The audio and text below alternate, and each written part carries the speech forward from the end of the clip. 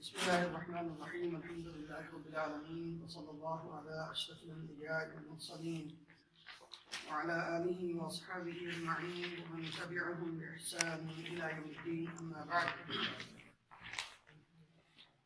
معلم القرآن جو کہ فہم قرآن کی ایک بنیادی کتاب ہے، جس میں قرآن مجید کو بدلیہ لفظ قطع، جملہ اور آیت کے تحت سمجھنے کی کوشش کی جائے گی۔ اس میں کسی قسم کے کوئی بھی عربی گرامر کے جو قواعد ہیں یا ترجمہ ہو اس کو شامل نہیں کیا جائے گا، اور یہی اصل سب سے بنیادی چیز ہے قرآن مجید کو سمجھنے کی۔ جب کوئی بھی طالب علم کسی بھی لینگویج کو ابتداءً سیکھتا ہے تو اس کو ترجمہ نہیں کرنا پڑتا، بلکہ اس کے بنیادی جو اصول ہیں، بنیادی جو ووکیبلری ہے، اس کو ذہن نشین کرتا ہے، اور اس کے بعد وہ خود بخود اس کو بولنے کی بھی اور اس کو لکھنے کی بھی، اس کو پڑھنے کی بھی صلاحیت رکھتا ہے۔ تو انشاءاللہ العزیز آج ہم معلم القرآن جو کتاب ہے، یونٹ 1 پہلا یونٹ اور اس کا پہلا سبق، اس پہ تھوڑی سی نظر دوڑائیں گے تاکہ جو قرآن مجید ہے اس کو سمجھنے کے لیے ہمارے لیے آسانی پیدا ہو، اور اس کتاب کے اندر جو طریقہ کار اختیار کیا گیا ہے اس کو ہم ایزی اور آسانی کے ساتھ سمجھ سکیں۔ تو دیکھیے، جو پہلا یونٹ ہے، آپ سب کے پاس کتاب ہے، آپ نے اس کو دیکھا ہے کہ سنگل لفظ ہے، مفرد، اکیلا اکیلا لفظ، کوئی 2 3 4 کے جمع نہیں ہے، اور یہ وہ آسان قرآن مجید کے الفاظ ہیں کہ جو اگر اردو میں دیکھا جائے تو سیم استعمال ہوتے ہیں۔ اور یہ کاوش ہمارے دوست اور بڑے ہی پیارے بھائی پروفیسر ڈاکٹر عبید المحمد بشیر حفظہ اللہ نے ترتیب دی ہے، اور ان کا اس کتاب کو لکھنے کا مقصد بھی یہی تھا کہ وہ لوگ جو پڑھے لکھے ہیں، وہ جب قرآن مجید پڑھتے ہیں تو ان کو کچھ سمجھ نہیں آتا، اور وہ مایوسی کا شکار ہو جاتے ہیں کہ ہم مسلمان ہیں، ہم اللہ تعالیٰ کے ماننے والے ہیں، ہمارے پیارے نبی کریم صلی اللہ علیہ وسلم نے ہمیں پیاری تعلیمات دی ہیں، لیکن اللہ کا پیغام جو سب سے اہم پیغام ہے وہ بھی ہمیں سمجھ نہیں آتا، پڑھتے بھی ہیں۔ تو وہ جو مایوسی کا شکار ہوتے تھے، اس کو دیکھ کر انہوں نے یہ تہیہ کیا اور یہ غور و فکر کیا کہ ایسا طریقہ استعمال کیا جائے کہ جس کے ذریعے جو قرآن مجید ہے وہ ہر شخص خود بخود سمجھنے کی صلاحیت اس کے اندر پیدا ہو جائے۔ اس نقطۂ نظر سے انہوں نے ان چیزوں سے بالا ہو کر کہ فعل، فاعل، مفعول اور یہ جو عربی گردانے ہیں ان سے قطع نظر صرف، اور بلکہ انہوں نے یہ اس بات کو لکھا ہے کہ قرآن مجید کا لطف وہ ان قواعد کے اندر نہیں، قرآن مجید کی چاشنی، اس کے پڑھنے کا مزہ، اس کے پڑھنے کا لطف وہ کس چیز میں ہے؟ اس کے الفاظ، قطعات اور آیات کے اندر جو جملے استعمال ہوتے ہیں ان میں ہے۔ تو ظاہر بات ہے کہ ہر چیز زیرو سے سٹارٹ ہوتی ہے اور پھر وہ تدریجاً اوپر تک جاتی ہے۔ یہی کسی بھی زبان کو لے لیجیے، کوئی بھی لینگویج، اردو، انگلش، عربی، فارسی، کوئی بھی، وہ لفظ سے شروع ہوتی ہے۔ بچے کو بھی کسی بھی معاشرے میں پیدا ہونے والا ہے تو وہ پہلے ایک ایک لفظ وہ اپنے دماغ میں بٹھاتا ہے، سنتا ہے، پڑھتا ہے، پھر آہستہ آہستہ وہ بولتا ہے. تو جب یہ چیز ہم ڈائریکٹ استعمال کریں گے تو یقیناً پہلے لفظ کی پہچان ہو، پھر اس لفظ کے ساتھ کتاب بنے گا، دو لفظ جڑیں گے، پھر ایک جملہ بنے گا، پھر ایک آیت مکمل ہوگی، تو خود بخود انسان قرآن مجید کو سمجھ سکتا ہے. یہاں میں ابتدائی طور پر یہ بات کرتا چلا جاؤں، یاد رکھیے کہ پہلا یونٹ یہ آپ کے دوسرے یونٹ کی بنیاد ہے. جتنی بیس آپ مضبوط کر لیں گے اتنا آپ کے لیے دوسرا یونٹ آسان ہو جائے گا.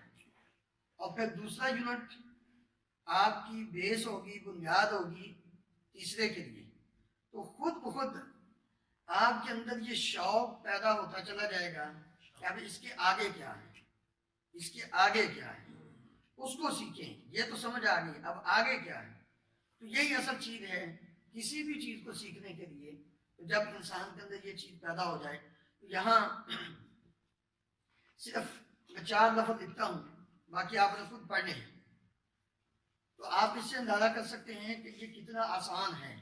اور ہم مطلب ان کو کبھی غور ہی نہیں کرتے تھے کہ کیا واقعتاً یہ اتنے آسان ہیں.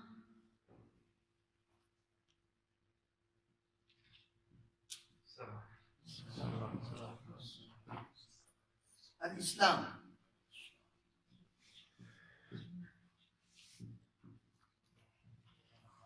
الحلال،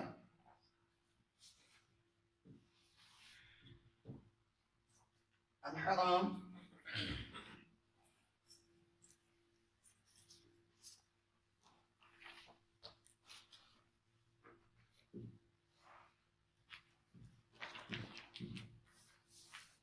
الجنہ. دیکھیے کہ اگر ہم ان چاروں لفظوں کو اپنی اردو زبان میں پڑھنے کی کوشش کریں تو ہمیں خود بخود سمجھ آ جاتی ہے. کسی ترجمے کی ضرورت نہیں کہ اسلام کسے کہیں گے، حلال کسے کہیں گے، حرام کسے کہیں گے، جنت کسے کہیں گے، کچھ ترجمے کی ضرورت نہیں. بلکہ کیا ہے، خود بخود ہمارے ذہن میں جب لفظ اسلام، الاسلام آئے گا تو اسلام ہمارا مذہب جس کے ارکان، نماز، روزہ، حج، زکوٰۃ، کلمہ شہادت، ساری چیزیں ہمارے ذہن میں پریکٹیکل لائف کو گزارنے کا جو یعنی ضابطہ حیات ہے وہ سارے کا سارا اسلام ہے. حلال، جب لفظ الحلال آئے گا تو ڈیفینیٹلی ہمارے ذہن میں فوراً جو چیز کھانا، پینا، بولنا، سننا، دیکھنا، پکڑنا، چلنا جو حلال ہے اس کے لیے لفظ حلال استعمال ہوگا. جو الحرام، حرام کے لیے. اسی طرح الجنہ، جنت لفظ جو ہے وہ ہمارے ذہن میں فوراً آ جائے گا. پہلے سبق میں 3 لفظ آپ دیکھیں وہ ریڈ ہے. پہلے سبق میں 3 لفظ کیا ہے؟ ریڈ ہے. محمد، موسیٰ، فرعون. یہ بات یاد رکھیے کہ عربی کے اندر جو کسی انسان کا نام ہو، جو لفظ انسانی نام میں استعمال ہوتے ہیں ان پہ الف لام نہیں آتا. جو لفظ انسانی نام استعمال ہوتے ہیں ان پہ الف لام نہیں آتا. محمد یہ نام ہے، اور موسیٰ یہ نام ہے، فرعون یہ نام ہے، لہذا ان کے اوپر الف لام نہیں. اور یہ تینوں لفظ قرآن مجید میں کیا ہے؟ استعمال ہوئے. ٹھیک ہے. اسی طرح اب ذرا آگے آئیے اگلے صفحے پہ. پہلے جو 3 سوال ہیں یہ الفاظ آپ نے پڑھنے ہیں. ٹھیک ہے. پہلے 3 سوال کا جواب وہ زبانی دینا ہے. آپ نے پہلے 3 سوال کا جواب زبانی دینا ہے. دم زید عربی الفاظ کا مطلب بتائیں. سلمان، الحلال، حلال جو چیزیں حلال ہیں. جی. حرام، ابراہیم بھائی. حرام جو حرام ہے، کرنے کی جو چیزیں منع ہیں. منع ہے. المؤمن معیز. جو ایمان رکھتے ہیں ایمان والے. الکافر ساجد بھائی کفر کرتے ہیں. الفساد سمیر صاحب. فساد جو ہے فساد صرف الفساد خرابی. فساد برپا کرنے والے نہیں، فساد خرابی فتنہ. اور جو مطلب آپس کے تعلقات کے اندر خرابی پیدا ہوتی ہے اس کو فساد، جس سے مسلمانوں کے درمیان انتشار پیدا ہو اس کو فساد بولتے ہیں. اللباس رضوان بھائی جو پہنتے ہیں پہنا جاتا ہے. فرعون بہادر صاحب. الحق جی. الباطل حق کے مقابلے میں، حق کا اپوزٹ باطل. حق پورے کا پورا دین اللہ تعالیٰ ذالک بأن اللہ هو الحق، اللہ تعالیٰ حق ہے. اور اللہ نے جو انسانیت کے لیے اسلام کے اندر نازل کیا وہ حق ہے. ٹھیک ہے. ومن دونه الباطل وأن ما يدعون من دونه هو الباطل. تو اللہ کے علاوہ جس کو بھی پکارا جاتا ہے وہ کیا ہے؟ باطل ہے. الخیر ٹھیک ہے. سوال نمبر 2 شرک، اس کو عربی میں کیا کہتے ہیں؟ الشرک. اس کا مفہوم آپ کے ذہن میں الشرک علی کس کو کہتے ہیں؟ شرک اللہ کے سوا دوسروں کو معبود کرنا. ہاں. عربی میں جب یہ اس کو بولیں گے لکھیں گے تو کیا ہوگا؟ الشرک. شیطان، الشیطان، الشیطان. کعبہ، کعبہ کس کو کہتے ہیں؟ اللہ کے کیا جو مکہ میں. توبہ، زکوٰۃ. زکوٰۃ کا مفہوم کس کو کہتے ہیں؟ زکوٰۃ کسے کہتے ہیں؟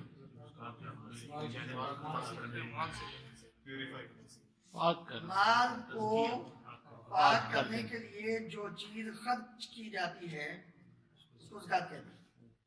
مال کو پاک کرنے کے لیے جب وہ نصاب کو پہنچ جائے اپنی شروط کے، تو جو چیز تو مشکل ہے.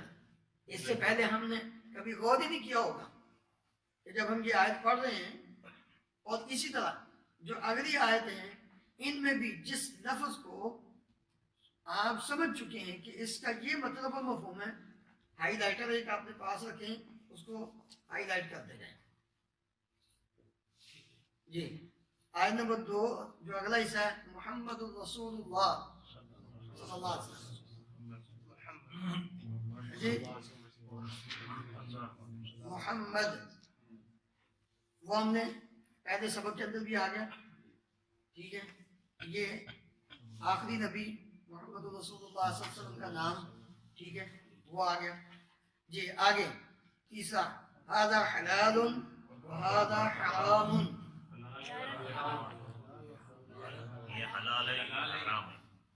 حلال اور حرام. دیکھیے کوشش یہ کریں کہ صرف اس لفظ کو آپ ہائی لائٹ کریں جو پڑھا ہے. اس کا فائدہ کیا ہوگا کہ بار بار جو ہی آپ کتاب کھولیں گے آپ کے ذہن میں وہ لفظ آئے گا. تو جتنا زیادہ وہ لفظ آپ کے ذہن میں آئے گا اتنا آپ جلدی قرآن مجید کے الفاظ کو، قرآن مجید کی آیات کو اور یعنی اس اسلوب کو سمجھتے چلے جائیں گے. اسی طرح فَأَخَذَهُمُ الطُّوفَانُ وَهُمْ ظَالِمُونَ. اب طوفان، فَأَخَذَهُمُ الطُّوفَانُ، تو لفظ الطوفان ہماری زبان میں بھی طوفان ہی بولتے ہیں. ٹھیک ہے نا. اسی طرح ان الشرک لظلم عظیم. الشرک اللہ تعالیٰ کے ساتھ دوسرے کو شریک ٹھہرانا یہ شرک ہے. والصدق خیر. وإن امرأة خافت من بعدها نشوزا أو إعراضا فلا جناح عليهما أن يصلحا بينهما والصلح خیر. الصلح الخیر دونوں آگے اس میں الصلح بھی آ گیا اور الخیر بھی آ گیا. انا نحن نزلنا الذکر. الذکر ذکر کا معنی اور مفہوم ٹھیک ہے کیا نہیں پتا. انا نحن نزلنا الذکر وانا له لحافظون. الذکر ذکر کا ویسے لفظ ذکر ہو تو اس کا معنی ہوتا ہے اللہ کو یاد کرنا. ویسے تو صرف ذکر کا معنی یاد کرنا کسی کو بھی, لیکن یہ لفظ جب ذکر ہوگا اور جب مطلق لفظ ذکر استعمال ہوتا ہے تو اس وقت فوری طور پر ذہن کس کی طرف جاتا ہے کہ اللہ تعالیٰ کو یاد کرنا. لیکن جب یہ آیت کے اندر آئے گا انا نحن نزلنا الذکر وانا له لحافظون, تو جو اللہ تعالیٰ نے دین اسلام کو نازل کیا ہے وہ قرآن مجید بھی ہے, وہ نبی کریم صلی اللہ علیہ وسلم کی حدیث بھی. قرآن مجید بھی ذکر ہے اور نبی صلی اللہ علیہ وسلم سے حدیث بھی کیا ہے ذکر ہے. الذکر اللہ تعالیٰ نے جو چیز نازل کی ہے اس کو ذکر کہتے ہیں. یہ ہمیں لفظ الذکر کو سمجھ آ گیا. اس کے بعد کیا ہے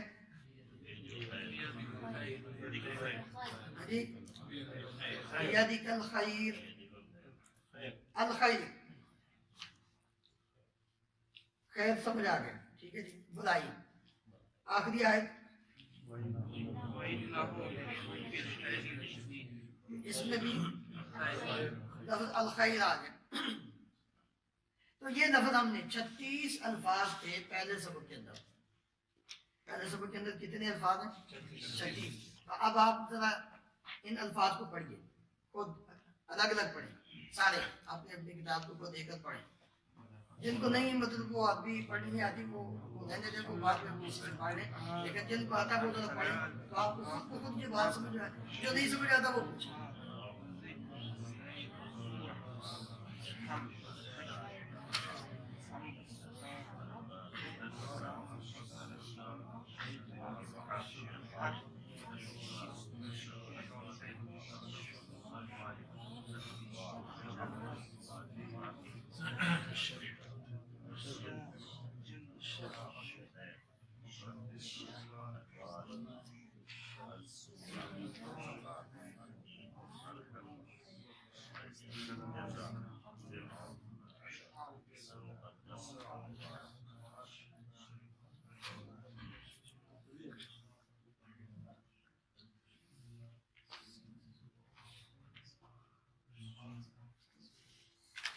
اچھا جی, جو انڈین بھائی ہیں اب وہ صرف میں تم پوچھو, جو لفظ میں کہوں گا وہ ذرا مجھے پڑھ کے سنانے آپ ٹھیک ہے. یہ لفظ ہے الذکر. معیز بھائی پڑھیے الذکر.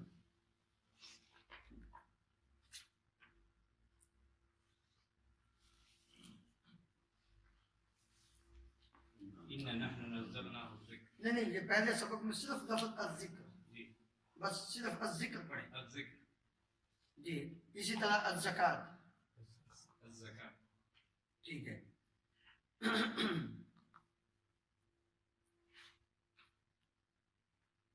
آپ پڑھیے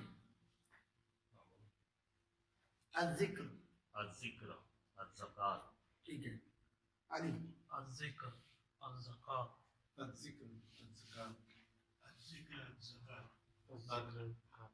جی نہیں وہ کچھ الذکر الذکر الذکر الزکات. الزکات. الذکر الزکات. ٹھیک ہے صحیح ٹھیک ہے جی. سمجھ آ گئی.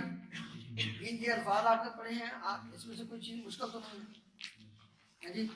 لو جی آج دوسرا سبق چلیں آگے جی.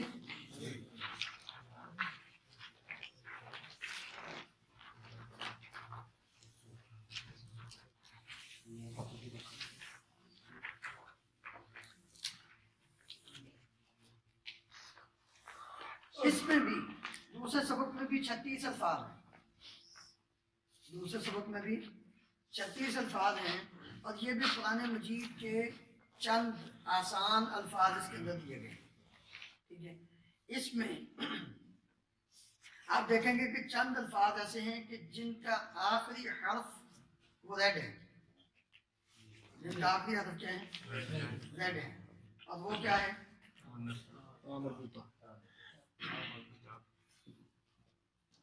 کیا مربوطہ. ٹھیک ہے, عربی میں جب کوئی بھی لفظ لکھا جاتا ہے جس کے آخر میں تا مربوطہ ہو, جس کے آخر میں تا مربوطہ ہو, تو وہ وقف کی حالت میں کیا بن جاتی ہے, ہاں. وقف کی حالت میں کیا بن جاتی ہے, ہاں بن جاتی ہے. جس طرح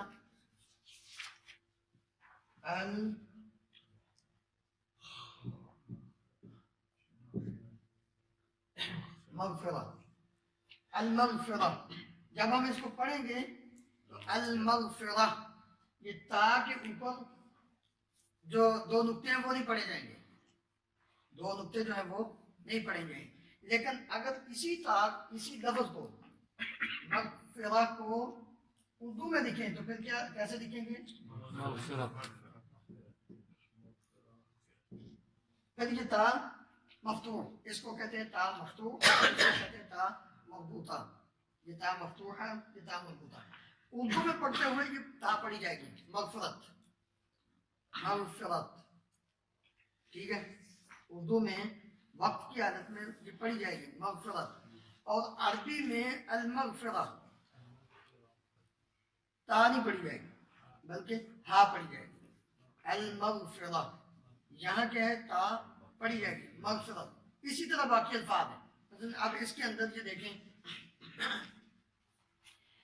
جو چوتھی لائن ہے آخری لفظ اللعنہ. ٹھیک ہے, اسی طرح پانچویں لائن میں الندامہ, الندامہ. چھٹی لائن میں آخری لفظ العزہ. ساتویں لائن میں العبرہ, چھٹی لائن میں العبرہ, اور ساتویں میں جمیل صاحب, ساتویں لائن میں کیا ہے آخری لفظ المصیبہ. اور آٹھویں لائن میں پہلا لفظ العزہ, اور دوسرا لفظ الذلہ. نامی لائن میں المغفرہ, اور 11ویں لائن میں الآیہ, اور دوسرا العمرہ, اور 12ویں لائن میں آخری لفظ الذرہ. جی, اب ذرا ان الفاظ کو آپ خود پڑھیں تو دیکھیے ان میں دو لفظ جو ہیں, تین لفظ ایسے ہیں جو نئے, اور ان کا آگے کیا لکھا ہے, ترجمہ بھی لکھ دیا ہے, معنی بھی لکھا ہوا. الابن بیٹا, المیزان ترازو, الفراق فراق اور جدائی, فراق اور جدائی. باقی جتنے بھی الفاظ ہیں آپ اگر پڑھیں گے تو آپ کو سمجھ آ جائے گی کہ ان کا مطلب. اچھا, ان کو سمجھنے کے لیے آسان طریقہ جو ہے انہوں نے بھی لکھا, باقی عام بھی. آپ کسی بھی لفظ کو لے لیجیے, مثلا یہ پہلا لفظ ہے, کیا ہے, الحج. اب آپ نے کیا کرنا ہے, الف لام کو ختم کرنا ہے, تو یہ کیا بن جائے گا, حج. اگر آپ الف لام کو ختم کر کے لکھیں گے, یہ اس طرح لکھا جائے گا, حج. تو اب اردو میں بھی حج ہے, اور الحج عربی میں بھی لفظ حج حج استعمال ہوتا ہے. لہذا جتنے بھی لفظ ہیں آپ پہلے سبق کے, دوسرے کے, آگے آنے والے, ان سب کو آپ الف لام کو ختم کر کے ویسے پڑھیں تو آپ کو خود سمجھ آنا شروع ہو جائے گی کہ یہ لفظ تو ہم کبھی غور ہی نہیں کیا, یہ بالکل آسان ہے. پڑھ کے دیکھیں ذرا. یہ جو الفاظ انہوں نے استعمال کیے جو مشکل الفاظ ہیں اس میں, المیزان اور الفراق اور ابن, یہ تینوں بھی اردو میں مستعمل ہیں. ہم مستعمل ہیں, مستعمل ہیں, لیکن کم استعمال ہوتے ہیں, عموماً نہیں استعمال ہوتے, اس لیے کہ وہ لوگ جو بالکل نہیں اس چیز سے سمجھتے ان کے لیے ذرا یہ کر دیں.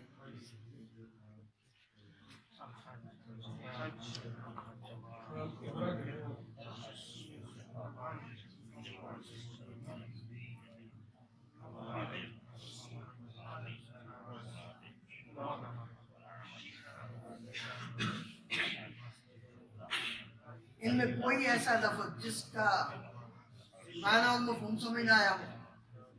کوئی ایسا لفظ الف لام کو اٹھا دو. ہاں ذرہ عربی میں بھی اور اردو میں بھی آخر میں ہائی آئے. عمرہ بھی عبرت جو عبرت نصیحت حاصل کرنا وہ نہیں وہ وہ الف کے ساتھ. وہ الف سے ابرا ابرا جو انجیکشن کو ابرا بولتے ہیں ابرا وہ الف سے الف کے ساتھ. الف کے ساتھ.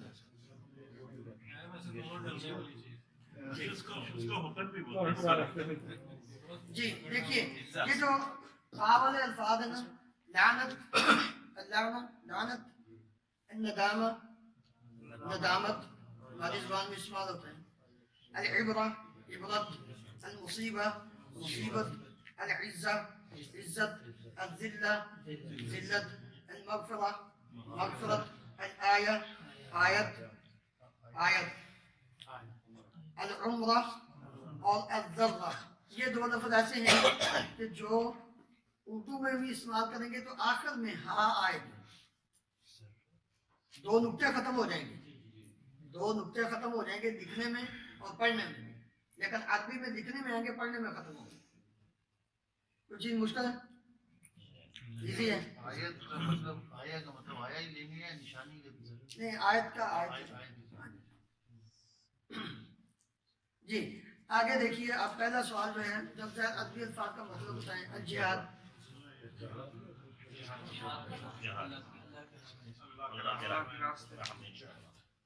جہاد کا جب مطلق لفظ استعمال ہوتا ہے تو فوراً ذہن اللہ تعالیٰ کے راستے میں جہاد کرنا قتال کرنے کے معنی میں آتا ہے.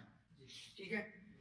ویسے اس کا لفظی ترجمہ کوشش کرنا کیونکہ قرآن مجید میں ہر جگہ پہ یہ اللہ تعالیٰ کے راستے میں قتال کرنے کے معنی میں استعمال نہیں ہوا. ٹھیک ہے. والذین جاہدوا فینا لنہدینہم سبلنا. تو وہاں جو جہاد کے معنی میں ہے تو کوشش کے معنی میں وجاہدہم بہ جہادا کبیرا. مکہ مکرمہ میں کوئی قتال کوئی لڑائی نہیں ہوئی لیکن وہاں بھی اللہ تعالیٰ نے نبی صلی اللہ علیہ وسلم کو کیا فرمایا وجاہدہم بہ جہادا کبیرا. بڑا جہاد کیجیے. حالانکہ کسی کو نہ قتل کیا ہے نہ کوئی مسلمان شہید ہوا ہے لڑائی کرتے ہوئے لیکن وہاں بھی لفظ جہاد استعمال. تو جہاد کا لفظی معنی کیا ہے؟ کوشش کرنا. الجہاد کوشش کرنا یا اللہ تعالیٰ کے راستے میں قتال کرنا دونوں. المجاہد کوشش کرنے والا یعنی وہ انسان جو دین کی سربلندی کے لیے اپنی زبان سے اپنے قلم سے اپنے ہاتھ سے کیا کرتا ہے کوشش کرتا ہے اس کو مجاہد کہتے ہیں. اس کو مجاہد کہتے ہیں. المہاجر ہجرت کرنے والا. عموماً یہی مفہوم ذہن میں آتا ہے جو عام استعمال ہوتا ہے. المہاجر وہ شخص جو دین کی خاطر اپنا علاقہ چھوڑ کے دوسرے علاقے میں چلا جاتا ہے. المنافق جی المنافق اس کا میں آپ کو ایک ایسا مطلب بتاتا ہوں کہ پھر زندگی بھر انشاءاللہ نہیں آپ بولیں گے. ٹھیک ہے. منافق نفق سے ہے. منافق کس سے ہے؟ نفق.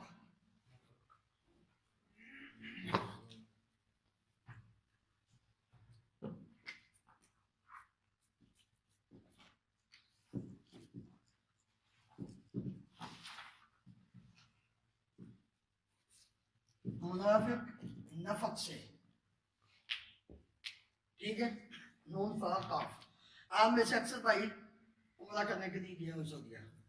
مکہ میں بھی گئے ہیں اور مدینہ میں بھی گئے ہیں نا. وہاں آپ نے دیکھا ہوگا مکہ مکرمہ میں آس پاس اور مدینہ منورہ کے آس پاس میں بعض کا گاڑی وہ جاتی ہے کدھر سے؟ سرونگ سے. اس کے اوپر لکھا ہوتا ہے کیا لکھا ہوتا ہے؟ نفق. کیوں کہتے ہیں اس کو کے دو منہ ہیں. اس کے کیا ہیں؟ دو منہ ہیں, ادھر بھی ادھر بھی. منافق کو منافق کہتے ہی اس لیے ہیں کہ اس کے دو منہ ہوتے ہیں. سمجھ آ گئی؟ ادھر سے فائدہ ملا, ادھر ہو گیا, ادھر سے فائدہ ملا, ادھر چلا گیا. تو وہ پاتا ہے کہ جس طرح سے خطرہ ہو اس کو چھوڑ کر دوسرے راستے سے نکل جاتا ہے, دوسرا اختیار کر دیتا ہے. ادھر سے خطرہ ہو تو ادھر نکل جاتا ہے. اس لیے منافق کو منافق کہا جاتا ہے, کیونکہ یہ نفق اس کے دو منہ ہیں, کبھی ادھر کبھی ادھر. سمجھ آ گئی؟ اگر ہم منافق کا مطلب نہیں گئے انشاءاللہ. جی, العدل, عدل برابری, القمر چاند, القمر چاند, المصیبہ الیتیم, ٹھیک ہے, وہ نابالغ بچہ جس کا باپ فوت ہو چکا ہو, لڑکا ہو یا لڑکی ہو. اللعنہ, لعنت ہماری زبان میں استعمال ہوتا ہے کہ اللہ تعالیٰ کی رحمت سے دوری, یہ اس کا مطلب ہے. لعنت کا مطلب کیا ہے؟ اللہ تعالیٰ کی رحمت سے. جی, زبان الفاظ کو عربی میں کیا کہتے ہیں؟ کلام, منافق, عدل, عزت, ذلت, مشرق, مغرب, طلوع, رزق, مجاہد. جو نیچے الفاظ ہیں کوشچن نمبر 3 میں, ان کے بارے میں آپ کیا جانتے ہیں؟